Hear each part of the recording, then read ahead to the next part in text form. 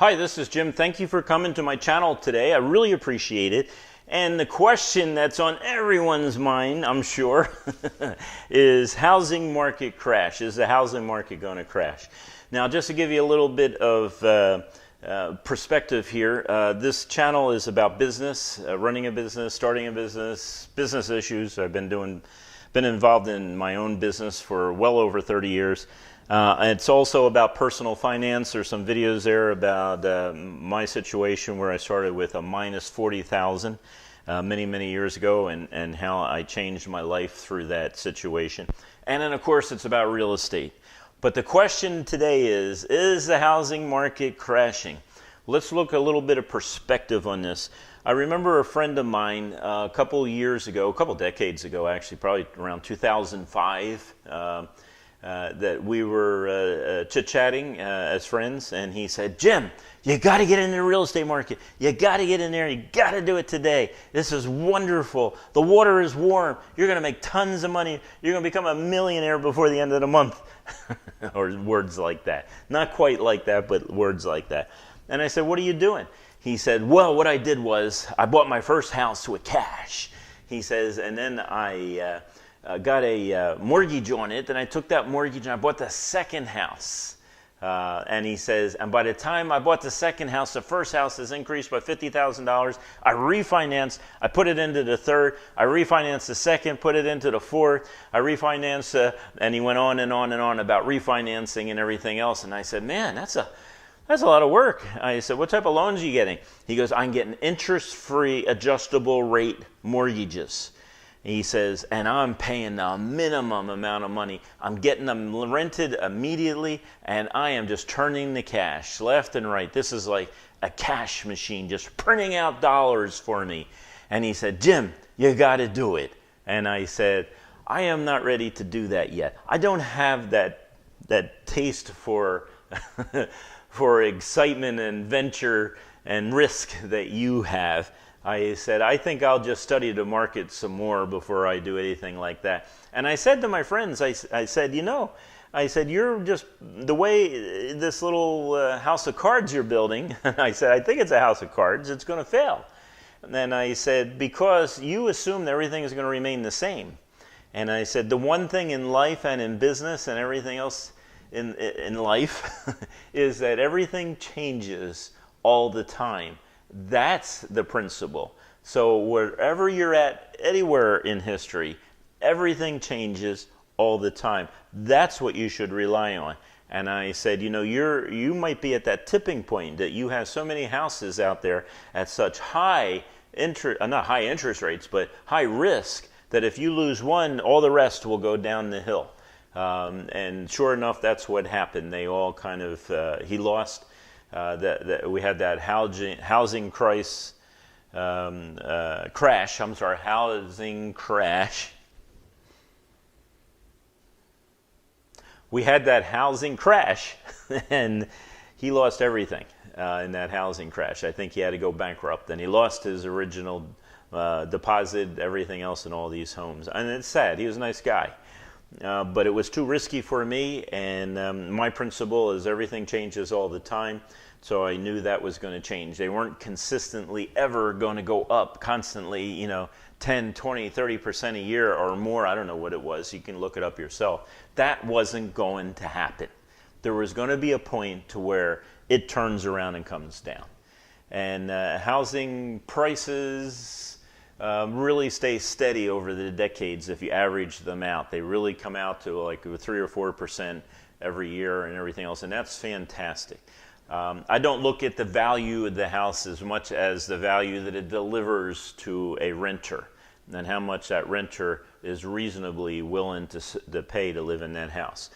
So once that crashed back in 2006, 7, 8, somewhere around there, and house prices started dropping left and right, and they pretty much started getting close to stabilization. My wife and I decided that, hey, there's some good opportunities out there. Maybe we need to buy one. And so we went out, we went searching, we found a house. It was around $300,000 here in Southern California.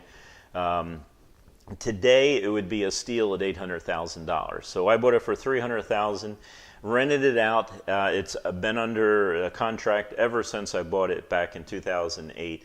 So I'm constantly seeing income from that rental property. Passive income. I love passive income. It's fantastic. But on top of that, the value of the house also increases.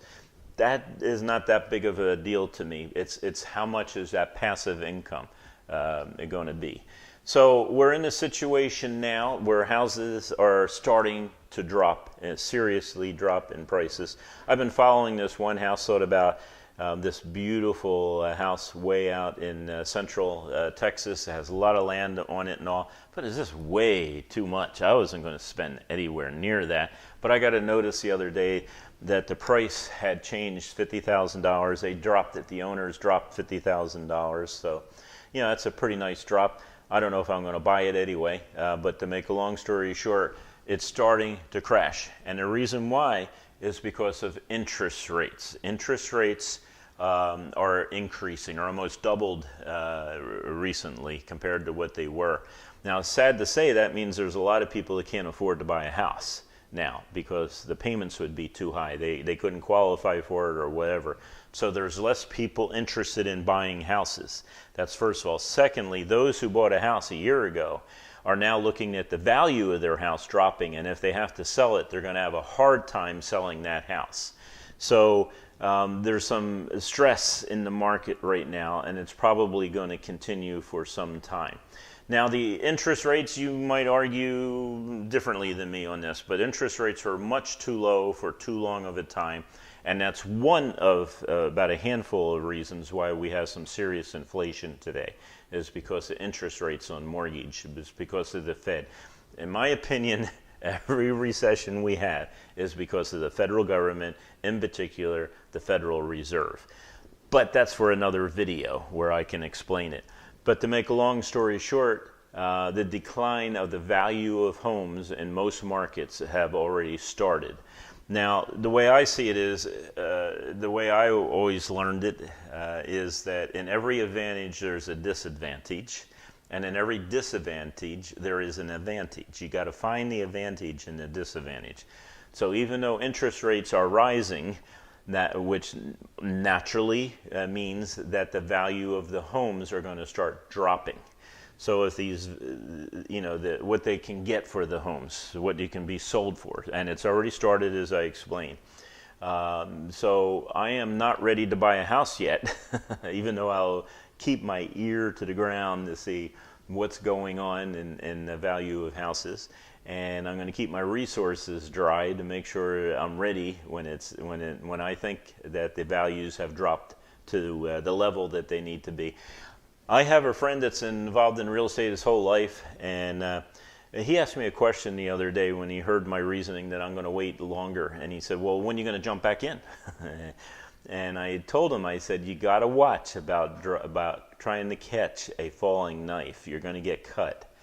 I said, you wait till it settles. You wait till that knife falls on the ground, and then you settle, then you pick it up. And I said, that's pretty much what I'm waiting for real estate right now. I'm not buying real estate. Now, I may continue to investigate it. I may continue to keep track of it. I may continue to look at the real estate. And maybe there's some really good deals out there. So I wouldn't say never, never, never. But right now, I am not looking to purchase in the near future. And he said, well, that begs the question, what are you going to do? And when are you going to do it? He goes, are you going to try to time the bottom? And I said, no, I don't think there's only two ways to time the bottom, by accident or if you're God. So I am not going to try to time the bottom of the market.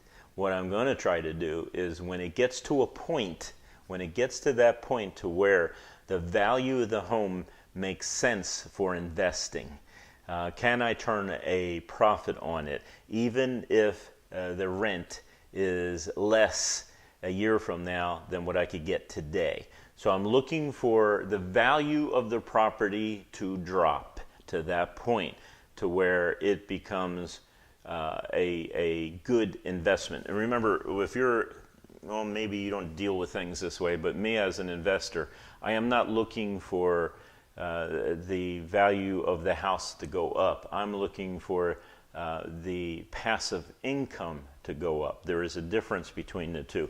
You know, in another video I talk about the fact that investors in real estate look differently at homes than those who are buying homes for themselves. I don't know if you watched that video, but I talked about an investor doesn't care about the paint on the wall, doesn't care about things that other people care about, you know, how the modern faucets that are on the sink or the cabinets with the new knobs on them or stuff like that. What they care about is the roof, the foundation, the plumbing, the neighborhood, things like that. So investors look differently at real estate than someone it's investing for themselves. So as an investor, I'm looking at return on my cash. So if I put so much cash down, let's say I decide to buy the whole thing out using cash, then how long is it going to be till I could recover that cash? I'm not talking about sales, future sales.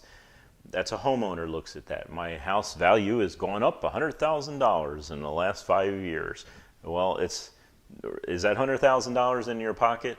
No. So if you're buying for investment purposes, yeah, that's nice if you got to sell it. And there's people that do that. A 1031 exchange, they keep on exchanging, going up and up and up to a nicer and nicer property. But the bottom line is I'm looking for cash flow. So I want to make sure that this house is cash flow, that I could get someone in there to rent it, and that rent would naturally increase according to things like consumer price index, stuff like that, each year that I have this property. And pretty soon, you know, it would be significant to pay off cash on cash type of investments. So that's what I'm looking for. Will I go back to Texas and look at homes? Yeah, I love looking at homes, and I love thinking things through and thinking about when, you know, how much it's dropped in the last 2 years, things like that. Eventually, I am going to buy more property. Maybe it won't be single family homes. I already own a warehouse that turns a nice profit.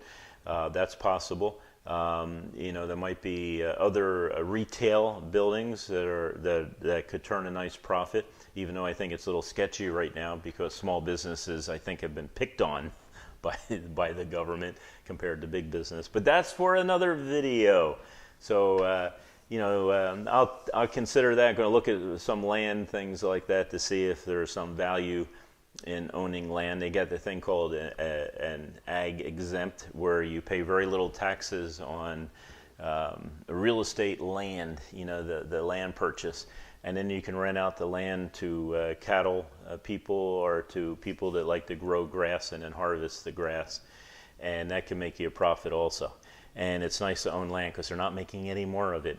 So, you know, I've heard that song a million times, Buy Dirt. If you're in Texas, it's a country western song.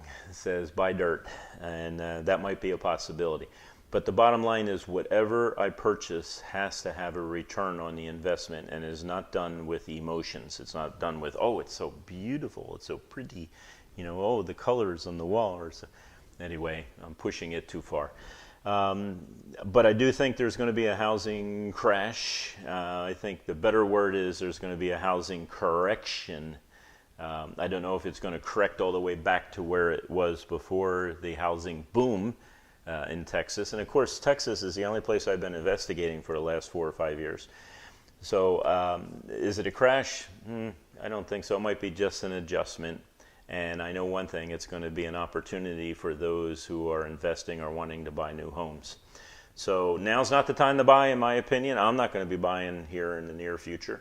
But it shortly is going to be a good opportunity. The market is turning and will continue to turn.